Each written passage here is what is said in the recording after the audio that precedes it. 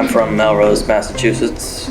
We're a small community north of Boston with around 30,000 people.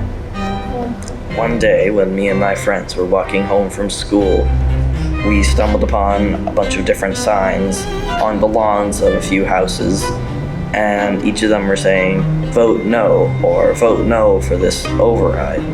And we didn't know what they were talking about, and we got pretty anxious and confused. And then we started asking questions. I wouldn't want a lot of teachers to get fired. It'd be easier to get class materials, and school wouldn't be in debt. Some specific places in Melrose wouldn't be in debt because it's bad. Because also the reasons why some people voted no was because they didn't want to deal with the extra taxes that they would have on their property. Like a lot of staffing cuts and not amazing equipment in the schools for all things. But mainly staffing cuts for some of the best teachers have to be cut. I've heard that it means that I'm gonna be taking classes with sixth graders and also eighth graders. Because schools need a lot more money than they already have. We're already in what I think is about $4 million in debt, and it's gonna get worse and worse and worse, especially because the grade I'm in, we were a lot bigger than the school was ever prepared for. We had the biggest grade that the middle school has ever seen.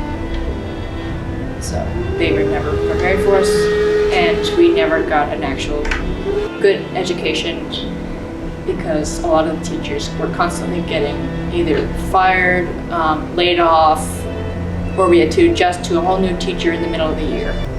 As we began getting our answers, we realized this was more than a simple yes or no question. I understand why people would vote no on the override because living is already expensive, and increasing that could, people that are already struggling, it could make them struggling more. But at the same time, schools in Melrose need more funding. It would depend on where I was at financially. If I was in an alright spot, then I'd probably vote yeah, because I would be able to help out the school. But if I was in a bad spot, even though the school was struggling and everything else, then I probably wouldn't vote yes. In an ideal scenario, I would vote in favor, but with help at the housing market, especially here in Melrose, taxes and stuff like that. And with how bad just the economy in general is, I don't want to hold on to my money personally, but I guess in that situation, being realistic, I probably would vote against something. To say my generation is disappointed is an understatement. The previous spring, in April of 2024, we had another tax increase that's called a debt exclusion.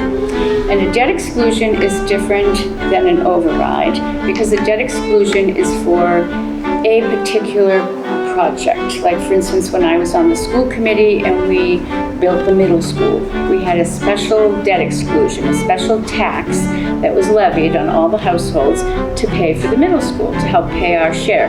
Having to look again at another increase in 6 months later, I think the taxpayers were just not prepared for it, and I think that there wasn't really enough time to educate the public as to the impacts of what would happen if that didn't pass. When my generation comes to voting age, I hope more than half of us will vote. I'm pretty sure I voted no for the tax override because I really didn't see, as much as I don't like agreeing with some people, is that even with this override, the mayor didn't really seem to have a plan to be okay, the reason we don't have like, you know, all this tax money, the reason why prices are going up, but taxes, aren't going up, right? So I figured, okay, so what's the plan after the override to make it so that the tax money goes up? Nothing. There's just nothing. It's just, okay, let's bump up all the taxes that already exist. And it's like, you gotta do both. You can't just do one. So I just kind of voted no. Yes or no, right or wrong, one thing was clear to my friends and I. We need to do better. But where do we go from here?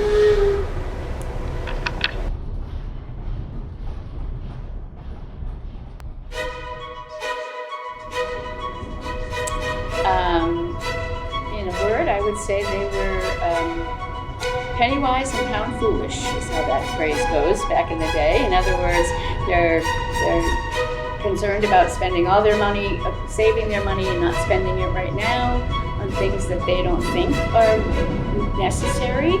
But in the long run, I think a lot of people who perhaps didn't vote for it in last year will find that there are some serious impacts on their day-to-day life. And it's not just pretty flowers on Main Street. It's teachers in the classroom, it's Department of Public Works, it's the IT department at City Hall, it's many other city services, the Milano Center, which services a lot of our seniors.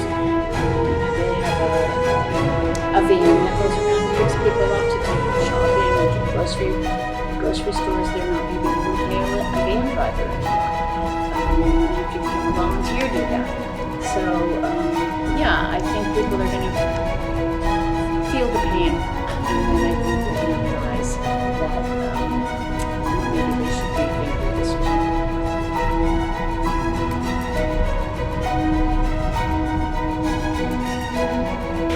I don't know where this ends, but to think it all started with the writing on the lawn.